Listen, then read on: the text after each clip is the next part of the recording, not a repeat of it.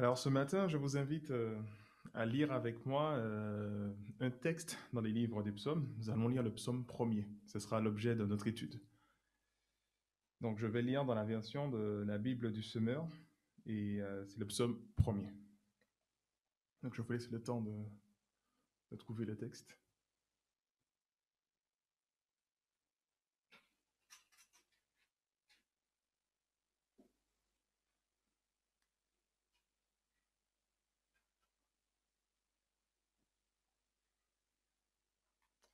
Et je lis. Heureux l'homme qui ne marche pas selon le conseil des méchants, qui ne va pas se tenir sur le chemin des pécheurs, qui ne s'assied pas en compagnie des gens qui se moquent de Dieu. Toute sa joie, il la met dans la loi de l'Éternel, qu'il médite jour et nuit. Il prospère comme un arbre implanté près d'un cours d'eau. Il donne toujours son fruit lorsque revient la saison. Son feuillage est toujours vert. Tout ce qu'il fait réussit. Tel n'est pas le cas des méchants. Ils sont pareils à la paille, éparpillés par le vent. Aussi, lors du jugement, ils ne subsisteront pas. Et nul pécheur ne se maintiendra parmi la communauté des justes. Mais le sentier car l'Éternel prend en compte la voie suivie par les justes, mais le sentier des méchants les mène à la ruine. Je vous invite à prier. Seigneur, je veux te remercier pour ta parole, Seigneur, et nous croyons que ta parole est vivante, que ta parole nous transforme et qu'elle est riche pour nous, importante. Je te prie à travers ce temps de réflexion autour de ce texte, que tu puisses nous bénir et nous exhorter, nous transformer, Seigneur, nous encourager selon ce que tu auras décidé. Que vraiment tout soit fait pour la gloire de ton nom. Amen.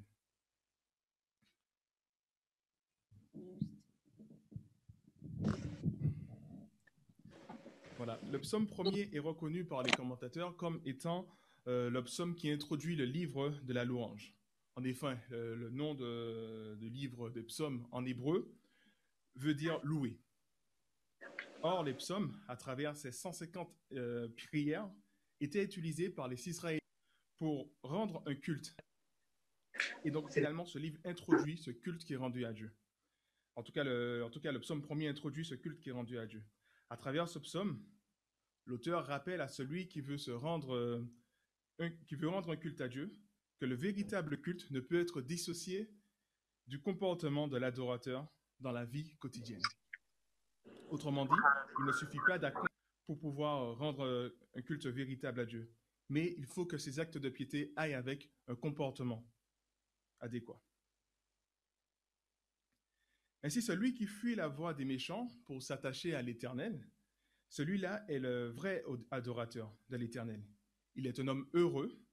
Le mot hébreu utilisé pour dire ce mot heureux peut aussi vouloir dire béni, ou alors quelqu'un qui est dans le contentement, qui est dans la satisfaction. Donc ça englobe tous ces sens-là, le mot hébreu utilisé. Pourtant, nous voyons que dans les livres des psaumes, les auteurs de ces prières ne passent pas toujours par des moments heureux. Oui, certes, il y a des psaumes de réjouissance, où on invite à louer l'Éternel dans la joie, mais environ un tiers des psaumes sont des prières d'appel au secours dans la détresse, de supplication. Et les causes de ces situations de détresse sont diverses. Il y a la maladie, la persécution, les complots des ennemis, la défaite militaire. Donc on voit quand même une grande partie des psaumes sont des psaumes de souffrance, des psaumes où on exprime sa détresse, où on attend le secours de Dieu. Donc ces hommes qui passent par de telles épreuves sont pourtant des hommes qui s'attachent à la loi de l'Éternel, qui essayent d'obéir au psaume premier. Cependant, ils ne semblent pas toujours heureux. Le malheur semble les toucher. Pourtant, le psalmiste nous dit que celui qui écoute ses conseils est un homme heureux. Et je vous propose ce matin 3 raisons pour lesquelles est heureux celui qui écoute l'exhortation du psalmiste.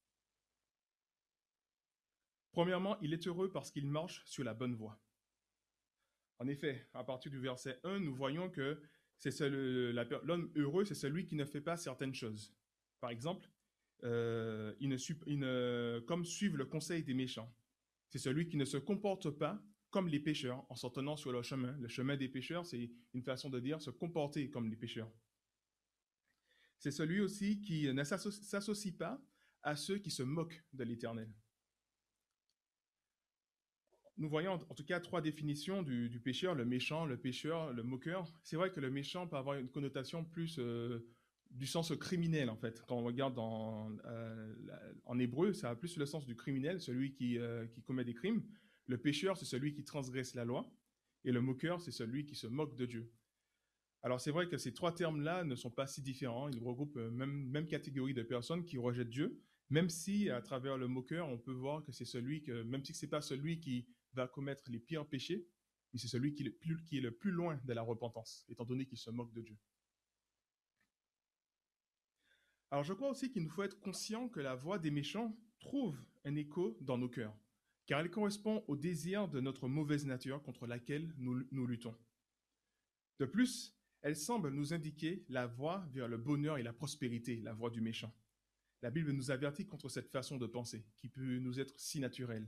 Par exemple, David dira au psaume 37, « Ne t'irrite pas contre les méchants, ne jalouse pas ceux qui font le mal. » Ou encore, le livre des Proverbes nous dit au chapitre 23, « N'envie pas le sort de ceux qui font le mal, mais en tout temps, crains l'Éternel. » Alors nous voyons que notre psaume nous donne la solution pour résister à la voix séduisante du méchant. C'est de se réjouir dans la loi de l'Éternel. En effet, c'est à travers cette loi que nous comprenons que la prospérité du méchant est éphémère, contrairement aux bénédictions divines du juste qui sont pour toujours. La loi de l'Éternel est en opposition avec la voix du méchant. On le voit dans notre texte, de ne pas suivre la voix du méchant pour trouver toute sa joie dans la loi de l'Éternel, verset 2. Cette loi est comme une lumière qui éclaire le sentier du juste. Grâce à elle, le juste ne trébuche pas et a une bonne vision des réalités de ce monde. Alors je dis que le juste ne trébuche pas, car grâce à la parole de Dieu, à la loi de Dieu, il comprend que la voie des méchants, au final, mène qu'au malheur. Et de ce fait, ne se laisse pas séduire par cette voie, par le conseil des méchants. Et c'est intéressant parce qu'à cet égard, nous avons l'exemple d'Asaph. Asaph qui était serviteur de l'Éternel, il a écrit pas mal de psaumes en fait, et il dirigeait la louange, il était chef de la louange à l'époque de David. Et dans le psaume 73, il raconte son expérience. Il dit qu'il a envié les méchants qui prospéraient. Parce qu'il semblait pour lui, lorsqu'il regardait les méchants, il voyait que c'était des hommes qui prospéraient, qui ne connaissaient pas la souffrance, qui se moquaient de Dieu, qui accumulaient des richesses en fait. Tout allait bien pour eux. En plus, c'était aussi des gens qui étaient aimés par le peuple. Ils étaient suivis par le peuple, les suivait. Et il raconte alors qu'il a failli trébucher dans la voie du méchant. Mais il a su revenir à la présence de Dieu.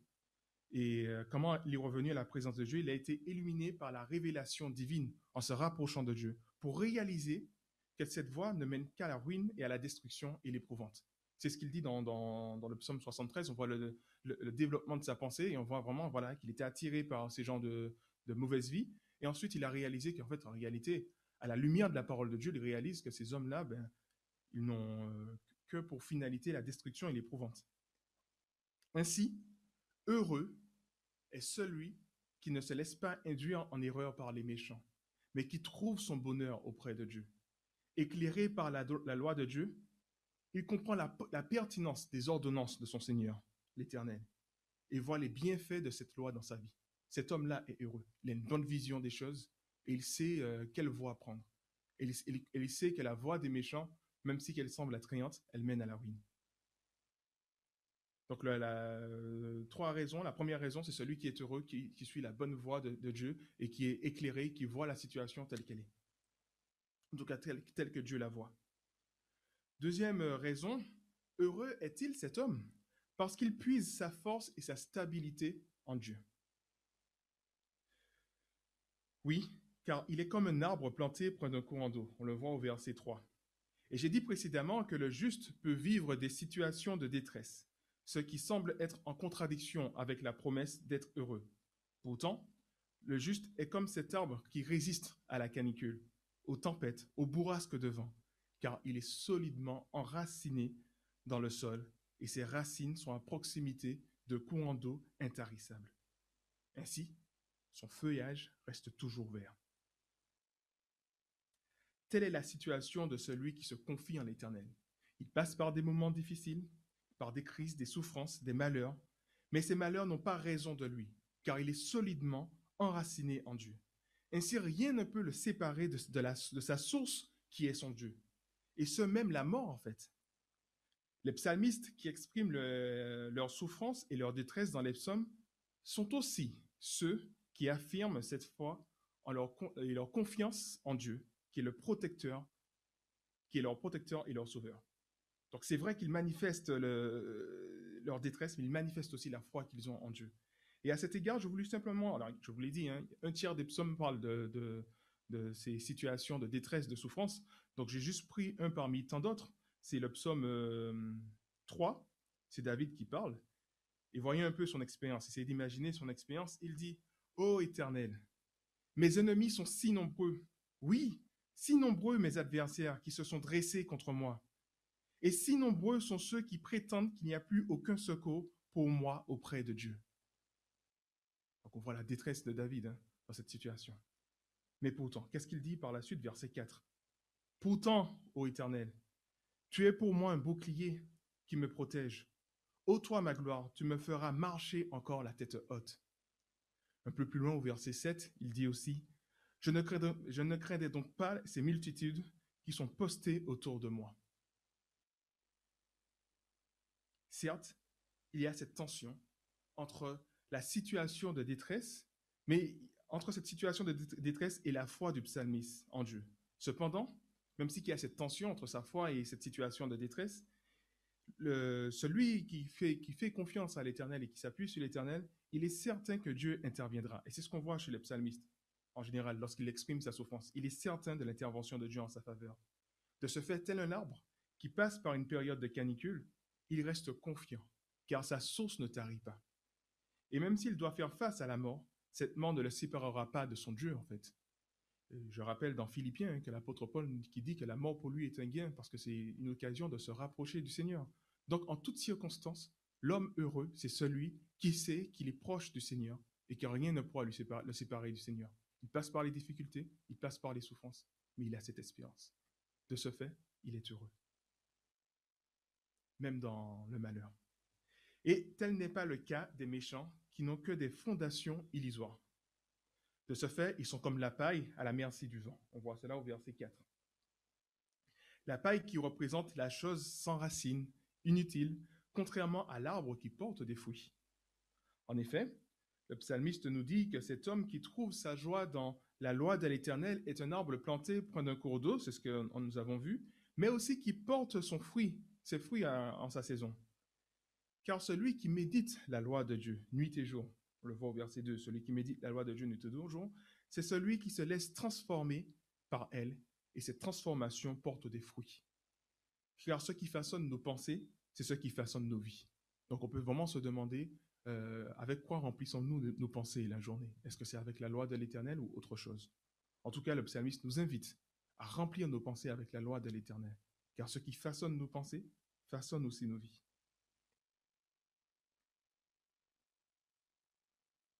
Ainsi, l'homme heureux s'imprégner de cette parole de Dieu pour produire de bons fruits délicieux.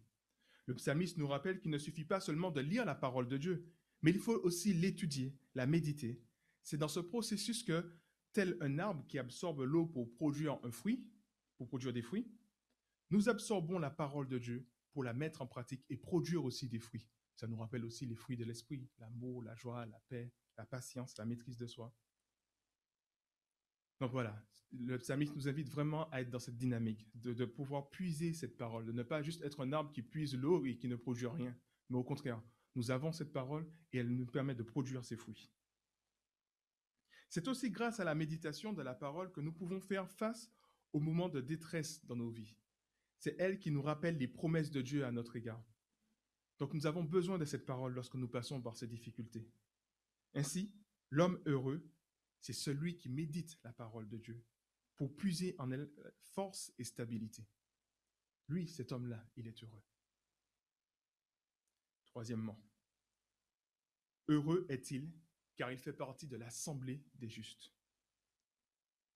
Oui, car contrairement aux méchants, il n'a pas à subir le jugement de Dieu. Ce jugement peut s'opérer, le jugement de Dieu, il faut bien comprendre qu'il peut s'opérer dans la vie présente du méchant, mais surtout dans le retour final de Dieu, lorsqu'il viendra juger la terre. Quoi qu'il en soit, le jugement de Dieu révélera la véritable situation du méchant, qui peut-être aux yeux des hommes, il peut sembler prospérer lorsqu'on regarde le méchant. Et on a l'exemple d'Azaph aussi, qui a regardé avec des yeux strictement humains et il a vu ces méchants prospérer. Au jour du jugement, tous verront qu'il est aussi léger que la paille, le méchant, et sera consumé par le jugement de Dieu. Et c'est vrai que Johan nous a introduit ce culte à travers le fait de quelle est notre fondation, si je me rappelle bien. Cette fondation, est-ce que c'est en Dieu, est-ce que c'est autre chose? Et ceux qui s'appuient sur autre chose, ben voilà, ils sont comme cette paille. J'aime bien ce que Ésaïe nous dit, chapitre 2, verset 12, à cet égard. Et je vous lis ce que Ésaïe dit. L'Éternel, le Seigneur des armées célestes, tient en réserve un jour où il se dressera contre tous les hautains, les arrogants, les orgueilleux, pour qu'ils soient abaissés. Contre les cèdres du Liban, qui s'élèvent bien haut, contre tous les chênes des plateaux du bassin, et contre les hautes montagnes et contre les collines, qui sont altières, contre toutes les tours qui sont très élevées, et toutes les murailles qui sont fortifiées, contre les vaisseaux au long cours et leurs denrées précieuses. Jusque-là, Ésaïe nous parle en fait de ces hommes qui ont l'air riches. Ils ont l'air riches parce qu'ils sont comme ces arbres du Liban, ces cèdres du Liban, ce sont des arbres majestueux, comme ces montagnes qui ne semblent pas, qui sont fermement établies, comme ces collines, comme encore ces murailles, ces tours. Donc on voit vraiment que c'est l'idée en fait que ces hommes-là semblent être des hommes qui prospèrent, des hommes solides, des hommes fermement établis. Et il va manifester en tout cas sa colère pour abaisser ces hommes. Et il dit ensuite, Ésaïe, concernant Dieu, il courbera la fierté des humains et il abaissera l'orgueil humain. Car en ce jour-là, l'Éternel sera seul honoré et toutes les idoles disparaîtront ensemble. On se réfugiera dans des cavernes des rochers et dans les antres de la terre, à cause des terreurs que l'Éternel provoque, de l'éclat de sa majesté quand il se lèvera pour terrifier la terre. Il finit au verset 22. C'est pourquoi cessez donc de vous confier en l'homme, dont la vie ne tient qu'à un souffle. Car quelle est sa valeur? Ainsi, l'homme heureux ne met pas sa confiance en l'homme méchant. Il ne suit pas la voie du méchant, mais met sa confiance en Dieu. De ce fait, tel un arbre qui ne craint les altérations du climat, comme nous l'avons vu précédemment, le juste ne craint pas non plus le jour du jugement final de l'Éternel.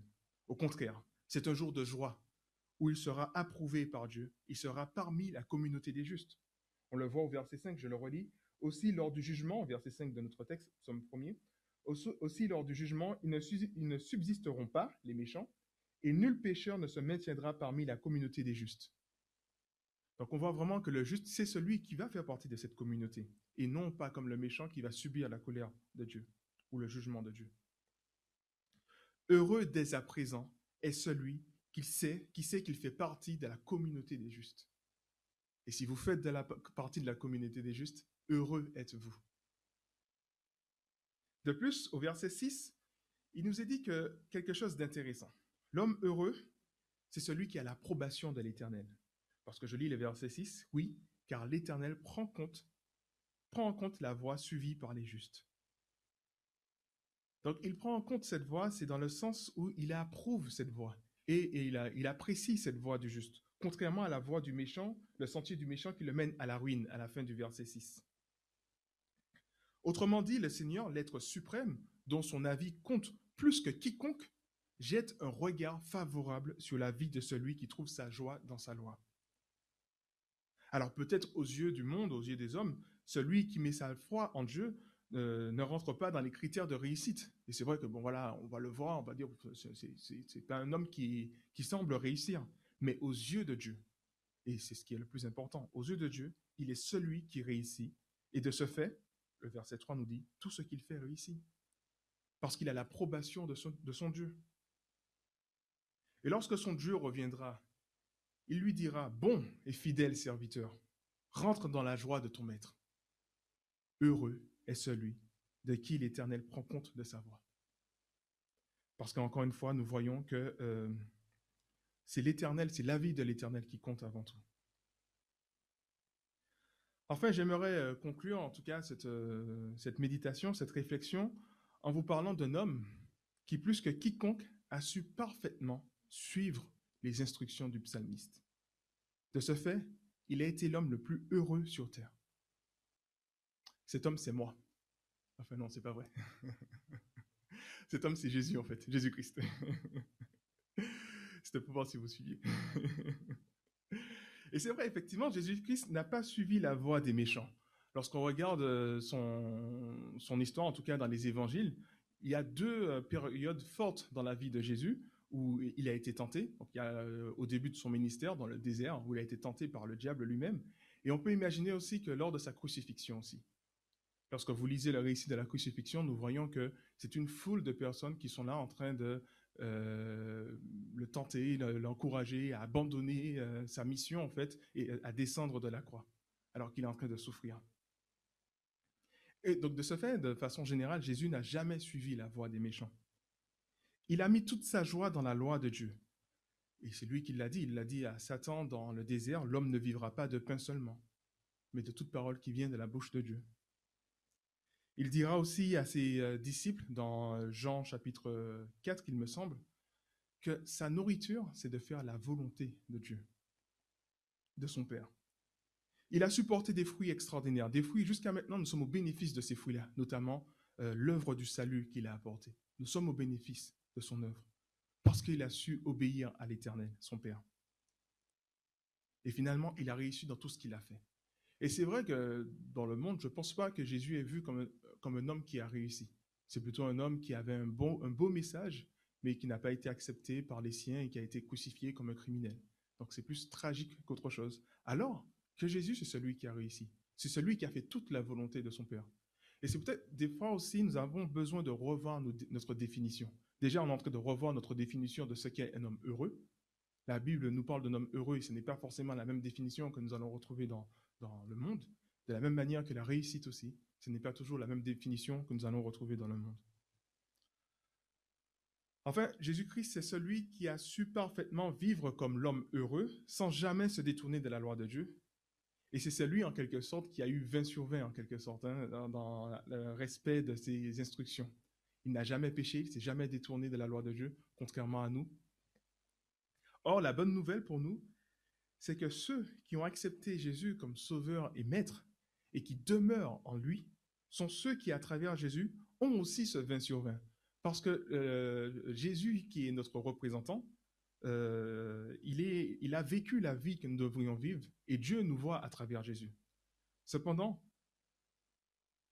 ceux qui décident de demeurer en Christ et de ce fait, en tout cas, d'être vus par Dieu à travers Christ, ceux qui décident de rester dans cette situation, de demeurer en Christ, ce sont ceux qui vont faire tous leurs efforts aussi pour suivre l'exemple de Jésus.